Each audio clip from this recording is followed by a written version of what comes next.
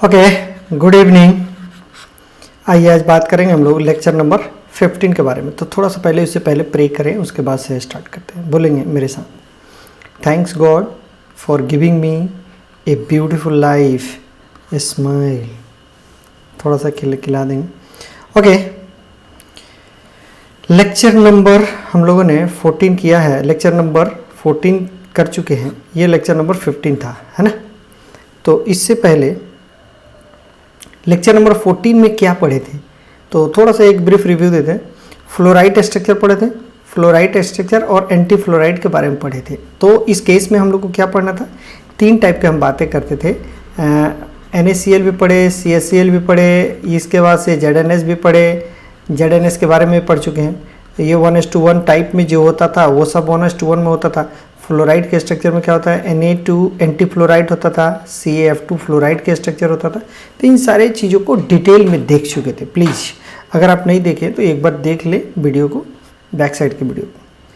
ठीक है, आज जो बात करेंगे हम, ये केवल और केवल JEE advance point of view से है। ठीक है, JEE मेन में as well as JEE NEET में, सॉरी JEE मेन में और नीट में नहीं पूछा अभी तक, लेकिन JEE एडवांस में यहाँ से क्वेश्चन पूछता है।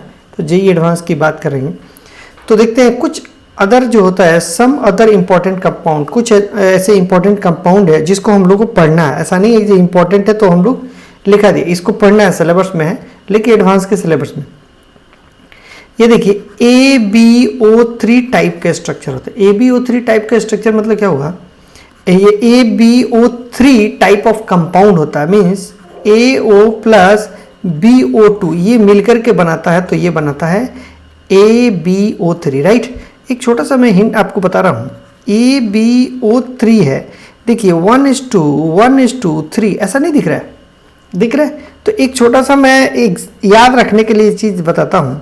अगर 1 आएगा तो क्या, अगर केवल कॉर्नर पे रख देंगे एटम तो 1 आ जाएगा, क्योंकि 8 कॉर्नर पे होगा तो ओके।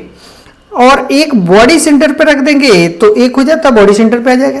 तो एक क्या कि एक टाइप का जो एटम है उसको कॉर्नर पे रख दें, दूसरे टाइप का एटम है उसको बॉडी सेंटर पे रख दें, और तीसरे टाइप का एटम में 3 लिखा है तो फेस सेंटर पे कर दे। फेस सेंटर पे 6 के 6 फेस सेंटर है, वो 6 के 6 फेस सेंटर पे करता है, 6 × 1/2 and that is equal to 3।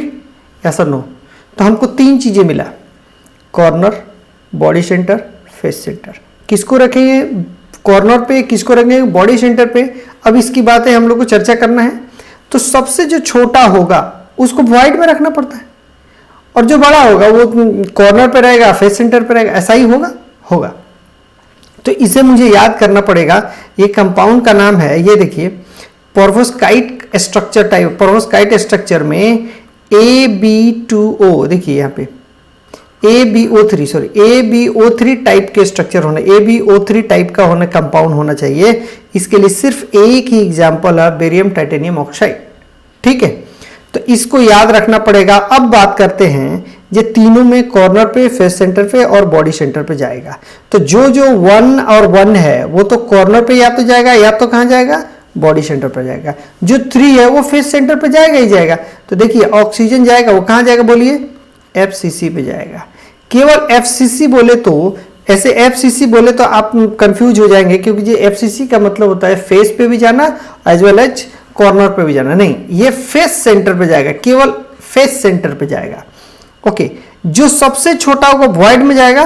तो ये जो होता है this are the body centred पे जाएगा, एकदम बिल्कुल बीचों बीच बॉडी सेंटर में। और ये बेरियम जो होता है कॉर्नर पे रहेगा। ठीक है, कॉर्नर पे रहेगा। बस इसको याद रखने का यही एक तरीका है जो मैंने आपको बता दिया। देखिएगा पेरोव्स्काइट स्ट्रक्चर में क्या था, oxygen minus ion present at face centre, देख लीजिए फेस सेंटर तब 3 हो जाएगा। ओके, क्यूब एंड बेरियम क्या होता है, present at the corner, corner पे प्रेजेंट रहेगा। और टाइटेनियम, और टाइटेनियम आयन जो होता है उसके लिए कहाँ पे प्रेजेंट रहेगा, ये देखिएगा बॉडी सेंटर पे प्रेजेंट रहेगा। ठीक है, 3 चीजें मुझे याद रखना है। पेरोव्स्काइट के केस में ज्यादातर पूछता है, और एक ही एग्जाम्पल है जिसे हमको ध्यान रखना पड़ेगा। तो अब देख सकते हैं फेस सेंटर है, तो फेस सेंटर में number of oxygen minus ion कितना हो जाएगा, तो 6 × 1/2 दैट इज इक्वल टू 3, और 8 कॉर्नर पे 1/8 दैट इज इक्वल टू 1, और एक body centre into 1 that is equal to 1। तो ये फॉर्मूला देख लीजिए, इन तीनों में कॉमन क्या भैया, तो आप जानते हैं BaTiO3 ऐसा ही है, तो कॉमन तो एक ही हुआ ना, इसका मतलब Z इक्वल टू 1। तो यहाँ पे हो जाएगा फॉर्मूला हो जाएगा क्या, बेरियम टाइटेनियम ऑक्साइड, और यहाँ पे Z इक्वल टू 1 हो जाएगा। ठीक है, ठीक है। ये सब चीज़ें इंफॉर्मेटिव है, एकदम बिल्कुल इंफॉर्मेशन बेस्ड है। आपको ध्यान रखना है तो रखना है, रटना है तो रटना है, कौन सा कहाँ पे रहेगा ये लॉजिक हम डेवलप कर सकते हैं, अन्यथा बाकी कुछ भी हम बता नहीं सकते। आप कहेंगे जी सर अगर हम बेरियम को ही जाकर टेट्राहेड्रल बॉडी सेंटर पे रख दे तो उसके लिए गलत हो जाएगा, क्योंकि ये एक्सपेरिमेंटल है, जो वो ही जाता है, इसका मतलब कि दोनों का साइज का डिफरेंस होगा। ठीक है, ओके। नेक्स्ट बात करते हैं कोरेंडम स्ट्रक्चर। कोरेंडम स्ट्रक्चर में देखिए क्या होता है, यहां पे लिखा हुआ है Al2O3। अब Al2O3 में हम क्या करें ताकि जो हमारे पास ये इक्वेशन बन जाए, तो हमारे पास कुछ उपाय नहीं दिख रहा है, कुछ भी नहीं दिख रहा है यहाँ पे। तो अब देखिए इसके लिए कोरेंडम स्ट्रक्चर में हमको एकदम बिल्कुल ध्यान रखना पड़ेगा, जो ऑक्सीजन माइनस जो होता है O-2 जो होगा वो HCP में अरेंज होता है। ये एक्सपेरिमेंटल है, जो HCP में ही वो अरेंज होगा। और Al+3 जो होता है, जितने ऑक्टाहेड्रल वॉइड होते हैं उसका 2/3 रेशियो जो फुलफिल होता है, बाकी वैकेंट हो, यानी कि 1/3 जो होगा वो वैकेंट हो जाएगा, राइट। तो 2/3 जो होता है ऑक्युपाइड करेगा कौन, ऑक्टाहेड्रल वॉइड। अब बताते हैं ऑक्टाहेड्रल वॉइड क्या होता है, टेट्राहेड्रल वॉइड क्या होता है, आप जानते होंगे बहुत अच्छी तरीके से। अगर जैसी बात करें ऑक्टाहेड्रल वॉइड की बात करें, जो कितना होगा, तो पहले एफसीसी में एक बात कर, चलो एफसीसी ने एचसीपी में कर देते हैं। एचसीपी में कितने जेड का वैल्यू कितना होता है बोलिए, in case of the HCP Z का वैल्यू कितना होता है 6। ये बातें मैं करा चुका हूं। एफसीसी में 4 होता है और एचसीपी में 6 होता है, बीसीसी में 2 होता है, एससीसी में 1 होता है। ये सब चीजें हम बात कर चुके हैं। अब थोड़ा सा पीछे वाला वीडियो को देखिए, ये देखिएगा 6 हो गया, क्या मिला एचसीपी में। तो ऑक्टाहेड्रल वॉइड कितने मिलते हैं भैया, जितने जेड होता है, तो ये 6 हो गया। 1 सेकेंड, ऑक्टाहेड्रल वॉइड कितने हो गए 6 हो गए। और टेट्राहेड्रल वॉइड कितना होता है 2 इंटू जेड होता है, and 2 into Z that is equal to 12 होता है। तो इससे तो हमको कोई मतलब नहीं, अभी इससे कोई मतलब नहीं है, हमको ऑक्टाहेड्रल वॉइड में बोला है, जो 2/3 ऑफ द ऑक्टाहेड्रल वॉइड में चला जाएगा।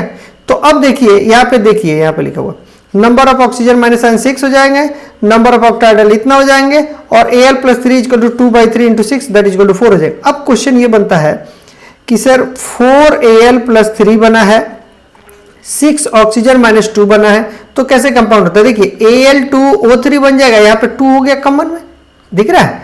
जब 2 हो गया तो Z इक्वल टू 2 हो जाएगा। ठीक है, जो कॉमन होता है वो Z का, जो कॉमन होता है वो Z का वैल्यू होता है। ठीक है, और Z किसको बोलते हैं, इफेक्टिव नंबर ऑफ एटम्स या effective number of molecule present in A cube. ठीक है, अब देखिए Al2O3 तो होता ही है कौन सा, कोरेंडम स्ट्रक्चर में, और सबसे इंपॉर्टेंट ये है Fe2O3 जो होता है ये भी कोरेंडम स्ट्रक्चर बनाता है। तो क्या बोलेंगे आप, इसको कोरेंडम स्ट्रक्चर बनाता है तो क्या बोलेंगे, ऑक्सीजन माइनस कहां पे होता है बोलिए, फेस सेंटर पे, सॉरी एचसीपी पे अरेंज होता है, एचसीपी पे अरेंज होगा।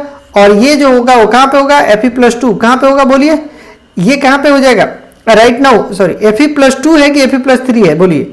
अगर Fe+2 होता तो उसका साइज जो होता थोड़ा बड़ा होता, Fe+3 है तो उसका साइज थोड़ा छोटा हो जाएगा। क्योंकि हम जानते हैं जो चार्ज जितना ज्यादा, यानी कि जितना ज्यादा मैग्नीट्यूड ऑफ द चार्ज का मैग्नीट्यूड जितना ज्यादा होगा उतनी उसकी साइज छोटी होगी। ठीक है, तो क्योंकि जो यहाँ पे देख लीजिए ऊपर में लिखा हुआ है Al2O3 लिखा हुआ है, इसका मतलब कि जो ऑक्सीजन तो -2 में है, +3 में है, तो मस्ट भी इसे भी +3 में ही होना पड़ेगा, तभी वो सेम टाइप का स्ट्रक्चर बनाएगा। ठीक है, तो एक्सपेरिमेंटली देखा गया है जो Al2O3 का कोरेंडम स्ट्रक्चर बनाता है वही Fe2O3 भी बनाता है, यानी कि Fe+3 कहां पे जाता होगा, तो 2/3 ऑफ द ऑक्टाहेड्रल वॉइड में जाता होगा। अब क्वेश्चन जब एडवांस में पूछता है, मल्टीपल चॉइस क्वेश्चन पूछता है, तो ये पूछता है जे कितने नंबर ऑफ वॉइड वैकेंट है। तो आपको अगर रेशियो में देता है 33% देता है, चाहे कुछ ऐसे दे 1/3 इंटू 100 करके 33% भी दे सकता है, वॉइड वैकेंट है, इसमें क्या बोलेगा 66% ऑक्युपाइड हो जाता है। तो थोड़ा सा इसमें मैनिपुलेट कर सकता है मल्टीपल चॉइस क्वेश्चन में, और एडवांस में ही करेगा, और बाकी सब में तो करने के लिए नहीं। तो यही चीजें एक दूसरे लैंग्वेज में लिखा हूं, ऑक्सीजन माइनस एचसीपी में कितने होते हैं, एचसीपी लेटिस में 6 हो जाएंगे, तो ऑक्टाहेड्रल वॉइड 6 हो जाएगा, टेट्राहेड्रल वॉइड 12 हो जाएगा, टोटल वैकेंट हो जाएगा 2/3 हो जाएगा, तो ये 4 हो जाएगा। ये देखिए यानी कि ए यहाँ पे AL कर दीजिए तो ज़्यादा बेहतर है। ये वाला ऐसे करके ना Al4O6 कर देंगे। आप लोग लिखेंगे तो Al4O6 लिखेंगे, क्योंकि यहाँ पे A लिखा गया है, ये थोड़ा सा मिस्टेक हो गया। AL कर देंगे, Al4O6। अब देखिए ये वाला बन जाएगा, Al2O3 बन जाएगा, Z का वैल्यू 2 हो जाएगा और ये फॉर्मूला हो जाएगा। ठीक है, ठीक है। नेक्स्ट बात करते हैं। अब देखिए क्वेश्चन आया है, calculate packing fraction of NaCl। Packing fraction of NaCl if octahedral void is perfectly, देखिए ऑक्टाहेड्रल वॉइड बोलता है is perfectly occupied by sodium ion. तो परफेक्टली जब टर्म आएगा इसका मतलब समझ जाइएगा, जब ऑक्टाहेड्रल वॉइड जब बन रहा है ना तो सब के सब एटम जो है आपस में टच में है। क्योंकि परफेक्टली तभी बनता है जब सब के सब एटम्स आपस में टच में है। इनपरफेक्ट का बनता है जब वॉइड का साइज थोड़ा बड़ा हो जाता है। तो मैं दिखाता हूं कैसे होता है। मैं इसके बारे में भी बात कर रही हूँ, दोनों टाइप का कंडीशन में दिखाया था। मैं बोला भी था जो परफेक्टली एग्जिस्ट नहीं करता, क्योंकि जो एनायन और कैटायन कभी भी अटैच नहीं रह सकता। कैटायन एनायन जब टच में होगा तभी वो एग्जिस्ट करता है या तभी स्टेबल होता है। लेकिन क्वेश्चन में पूछता है, देखिए ये क्वेश्चन जैसे दिया है परफेक्टली ऑक्युपाइड बोला है। परफेक्टली ऑक्युपाइड का मतलब समझ जाएंगे जी इसमें एनायन भी आपस में टच में है। ये मजबूरी है, क्योंकि ऐसा है हमारे पास ये दोनों चीज पढ़ना है। परफेक्टली जब टच में होगा यानी कि परफेक्टली ऑक्युपाइड होगा तब क्या होगा, परफेक्टली ऑक्युपाइड नहीं होगा तब क्या होगा, उसके बारे में देता है। ठीक है, तो अब देखिए Z का वैल्यू NaCl का वैल्यू आप जानते हैं, जो 4 NaCl जानते हैं। ये बातें हम NaCl Na1:1 के रेशियो में होता है और ये बातें हम डिटेल बात कर चुके हैं। तो Z का वैल्यू 4 होता है तो 4 NaCl मिल जाता है, एक क्यूब में 4 NaCl। तो वॉल्यूम कितना होता है 4/3 pi r cube. R cube किसका, सोडियम आयन का, और इंटू 4 कर लिया। यानी कि सोडियम आयन के वजह से कितने वॉल्यूम ऑक्युपाइड किया गया इन एक क्यूब में। सेम एज उस क्यूब में तो केवल सोडियम आयन नहीं है, क्लोरीन आयन भी है। तो ये देखिए क्लोरीन आयन के लिए 4 है, यहाँ पे हो गया।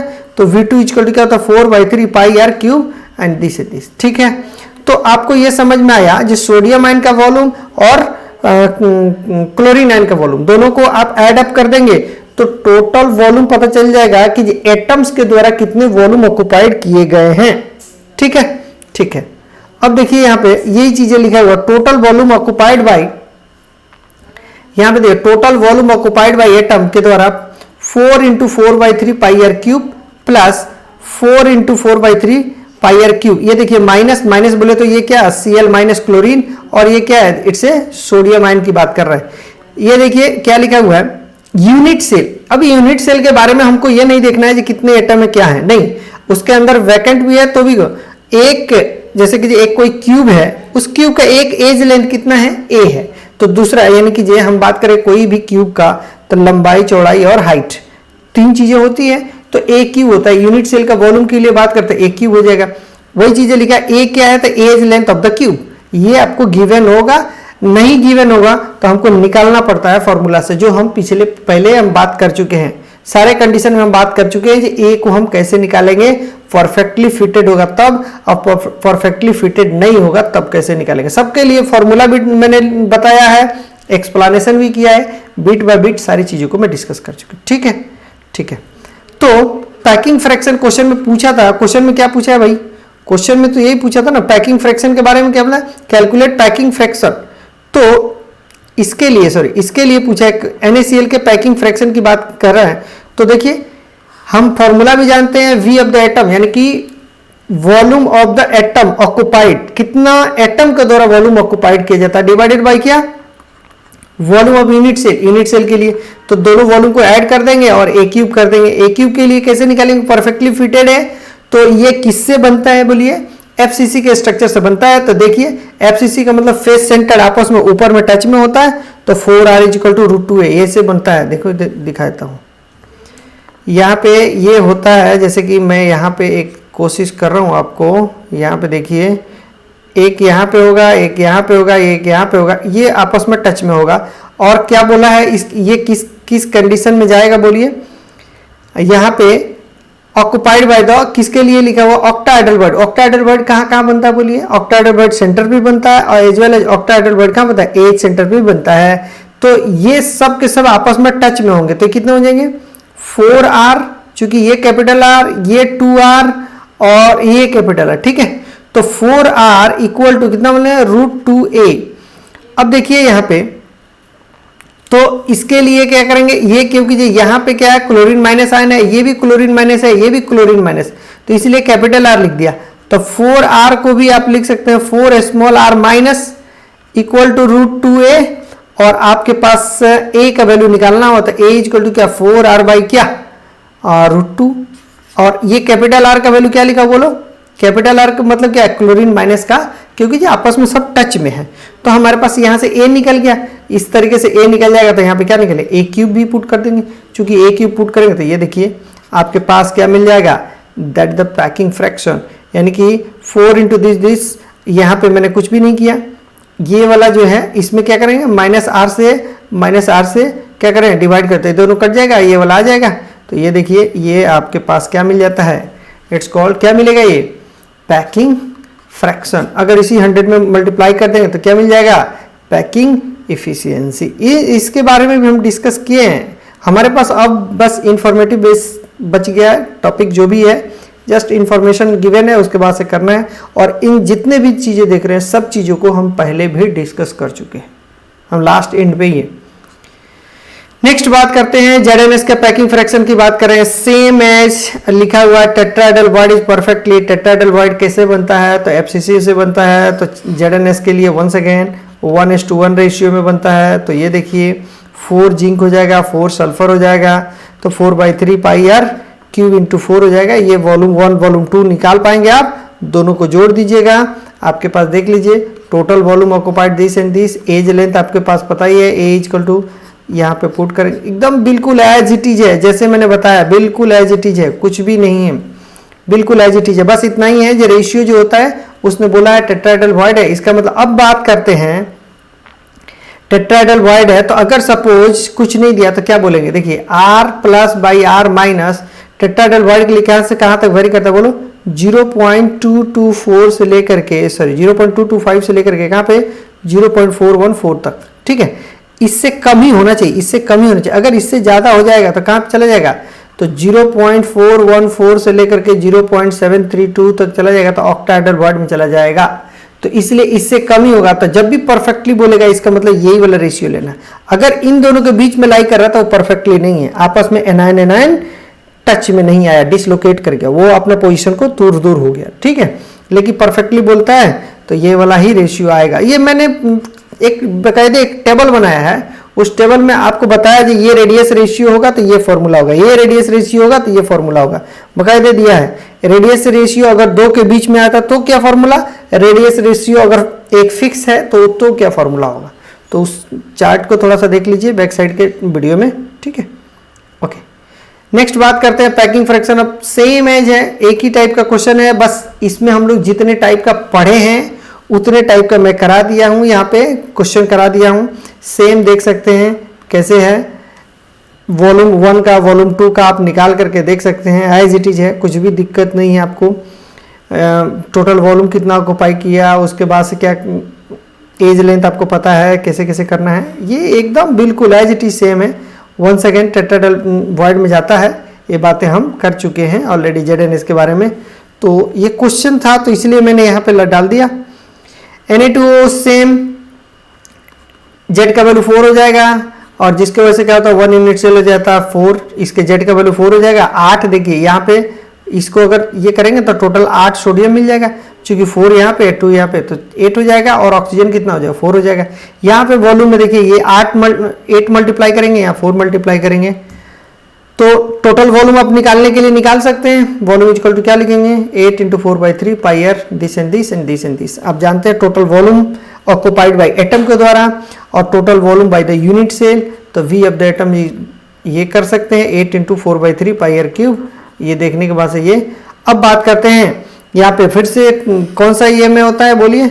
यहाँ पे जैसे बात किया, यहाँ पे ये देखिए Na2O अगर इस तरीके से बात करें तो ये कौन सा वॉइड में जाता है बोलिए, कौन सा वॉइड में जाता है। ऊपर में भी लिखा हुआ टेट्राहेड्रल वॉइड लिखा हुआ, और हम जानते भी हैं कि टेट्राहेड्रल वॉइड शायद कभी कभी न दे तो आपको ये याद रहना पड़ेगा कि Na2O चूंकि ये एंटीफ्लूइड स्ट्रक्चर बनाता है तो ये जाता है कहाँ पे, वॉइड में जाता है और टेट्राहेड्रल वॉइड में जाता है। ये बात आपको शायद न दे कभी कभी क्वेश्चन में, अगर थोड़ा टफ बनाना हो तो वैसे कर सकते हो, क्योंकि ये अंडरस्टूड है और ये चीजें हम लोग को पढ़ना है। ठीक है, नेक्स्ट बात करते हैं same as calculate packing fraction of caesium chloride if caesium occupied with a cubical void. देख लीजिए 1:1 रेशियो में होता है, सेम बिल्कुल एज इट इज, इसमें भी कुछ नहीं करना है। यहाँ पे तो 4/3 इंटू 1 यहाँ पे कर सकते थे, यहाँ पे भी 1 कर सकते थे, क्योंकि जब नंबर ऑफ एटम एक ही होता है, एक सीजियम है एक क्लोरीन है। ठीक है, क्यूबिक में एक एक है। वॉल्यूम को ऐड कर दीजिएगा, यहाँ पे 1 कर दीजिए, यहाँ पे तो ऑलरेडी 1 मल्टीप्लाई किया हुआ, कोई दिक्कत नहीं है। 4/3 ए क्यूब, और आप जानते हैं जो अगर परफेक्टली है तो ये वाला रेशियो ही होता है क्यूबिकल वॉइड के लिए, जो कि जो हम फॉर्मूला में लिखाया था A = 2R होता है। A = 2R होता है। हमारे पास क्यूबिकल वॉइड बनता किससे है बोलिए? क्यूबिकल वॉइड बनता किससे? SCC structure. SCC बनता किससे है? केवल कॉर्नर पे होता है। ऊपर में ये 2 2 4, नीचे में 2 2 4, यानी कि नीचे में 4 हो कॉर्नर पे, ऊपर में 4 हो कॉर्नर पे। ठीक है, और सब आपस में टच में रहेंगे, तो उस तरीके से A = आप निकाल सकते हैं। नेक्स्ट बात करते हैं स्ट्रक्चर ऑफ डायमंड की बात करते हैं। तो डायमंड के केस में क्या होता है भाई? केवल कार्बन कार्बन कार्बन से मिलकर बनता है। ये देखिए डायमंड का यही स्ट्रक्चर होता है, कुछ ये ऐसे ही होता है, कुछ क्या बोलते हैं, ऐसे होगा, बोलो। तो मैंने ये जॉइंट लाइक स्ट्रक्चर बनाता है। तो इस केस में देखिए ये चीजें हमको याद रखना। ZnS जो होता है, ZnS के केस में क्या होता था बोलो? 1:1 होता था। तो हम क्या बोलते थे जी, ये प्लस जो होता है वो कहाँ पे जाएगा, और ये सल्फर माइनस आता है तो कहाँ पे जाएगा? तो हम क्या करते हैं, ये सल्फर -2 और Zn+2 होता है, इसको सिर्फ इसी को हम लोग कार्बन से रिप्लेस कर देते हैं। देखिए यहाँ पे क्या लिखा हुआ, the structure of diamond is similar at ZnS, all Zn+2 as well as Sn- are replaced by the carbon. यानी कि ये जितने सब हैं, तो ये कौन सा स्ट्रक्चर बनाते थे? 1:1 बनाते थे। देखो यहाँ पे 1:1 बनाते थे और टेट्राहेड्रल वॉइड में जाते थे। देखो इधर ZnS हो गया, 1:1 बनाता था। अगर ये FCC स्ट्रक्चर ऑक्युपाई करता था तो 4 हो जाता था, तो इसको भी 4 होना पड़ता था, लेकिन इसका साइज होता टेट्राहेड्रल वॉइड में ही जाता था, क्योंकि Zn+2 और S-2 का जो रेशियो आता था वो टेट्राहेड्रल वॉइड में ही जाता था। इसका मतलब क्या है, जिंक जो होता था अल्टरनेट टेट्राहेड्रल वॉइड में ऑक्युपाई होता था। ये बातें हम डिस्कस किए थे ZnS के समय में। अगर आपको नहीं समझे तो थोड़ा सा बैक साइड का वीडियो देखेंगे, ZnS कैसे फुलफिल होता था। और बिल्कुल एज इट इज, और कुछ हम लोग को ध्यान नहीं रखना है कि जी इसमें कैसे होता है। आप कहेंगे जी सर इसमें केवल कार्बन पे रहेगा, फेस सेंटर पे रहेगा, तो टेट्राहेड्रल में कैसे बनेगा, क्या बनेगा, वो सब कुछ नहीं। केवल इतना ध्यान रखना है, आपको इतना ही समझना है, ZnS टाइप का ही हमारे पास डायमंड का स्ट्रक्चर होता है, दैट्स ऑल। यही पूछेगा। अब पूछेगा टेट्राहेड्रल वॉइड कितने उसमें वैकेंट होते हैं, तो 50% वैकेंट होता है, 50% ऑक्युपाइड होते हैं, यही बताना है। FCC स्ट्रक्चर बनाता है। क्या ऑक्टाहेड्रल वॉइड खाली रहता है कि ऑक्युपाइड होता है? तो ऑक्टाहेड्रल वॉइड टोटल का टोटल वैकेंट होता है। ठीक है, ठीक है। तो यही चीजें ZnS बोला है, तो आप देख सकते हैं ZnS टाइप का होता है। इसको दोनों को रिप्लेस करेंगे, केवल कार्बन से करेंगे, तो ये FCC स्ट्रक्चर बनाता था, ये टेट्राहेड्रल वॉइड बनाता था। इसका मतलब कि FCC में भी कार्बन, टेट्राहेड्रल वॉइड में भी कार्बन। अब देखिए यहाँ पे बहुत इंटरेस्टिंग ये है कि जब FCC बनाता था तो हमारे पास कॉर्नर पे एज वेल एज क्या फेस सेंटर पे होता था, तो टोटल ZnS का वैल्यू कितना हो जाएगा? S का वैल्यू कितना हो जाएगा? That is equal to Z का वैल्यू 4। और ये टेट्राहेड्रल वॉइड होता था, तो अल्टरनेट कॉर्नर पे बैठे, अल्टरनेट जगह पे बैठा, यहाँ पे बैठेगा ना तो यहाँ पे नहीं बैठेगा, फिर यहाँ पे बैठेगा, फिर यहाँ पे नहीं बैठेगा। नीचे में बैठेगा तो क्या यहाँ पे बैठेगा, क्या यहाँ पे बैठेगा, यहाँ पे नहीं बैठेगा, फिर यहाँ पे बैठेगा, यहाँ पे नहीं बैठेगा। मैंने इसके बारे में चर्चा किया है। तो इस तरीके से अल्टरनेट वे में बैठता है। इसका मतलब क्या हुआ, ऊपर में भी 2 बैठा, नीचे में भी 2 बैठा। तो अगर ZnS के लिए यहाँ पे 4 एटम मिल रहे हैं एक क्यूब में, तो इसके लिए भी हमारे पास 4 होता। तो अब देखिए CC, अगर ये FCC बना रहा है तो 4 होगा, तो मस्ट भी इसको भी 4 होना पड़ेगा। तो यहाँ पे टोटल क्या हो जाएगा, 4 एटम हो गया। यहाँ पे टोटल कितना हुआ, 4 एटम। अब मैं आपसे एक छोटा सा क्वेश्चन पूछ लूं जी, ये देखिए ये स्ट्रक्चर बनाता था, उसको यहाँ पे बनाता हूँ। ये देखिएगा यहाँ पे ये स्ट्रक्चर बनाता था ऐसे, ऐसे बनाने के बाद से अगर ये एफसीसी है, सपोज एफसीसी है और इसमें एक ही टाइप का एटम को ये लो क्लोरीन माइनस को ही फिक्स कर दिया, तो मैं जेड का वैल्यू क्या बोलूं, तो जेड का वैल्यू 4। कब? क्योंकि जो सिंगल टाइप का एटम किसी भी क्यूब में रहता है तो जितने नंबर ऑफ एटम प्रेजेंट रहते हैं वो जेड का वैल्यू होता है, ठीक है।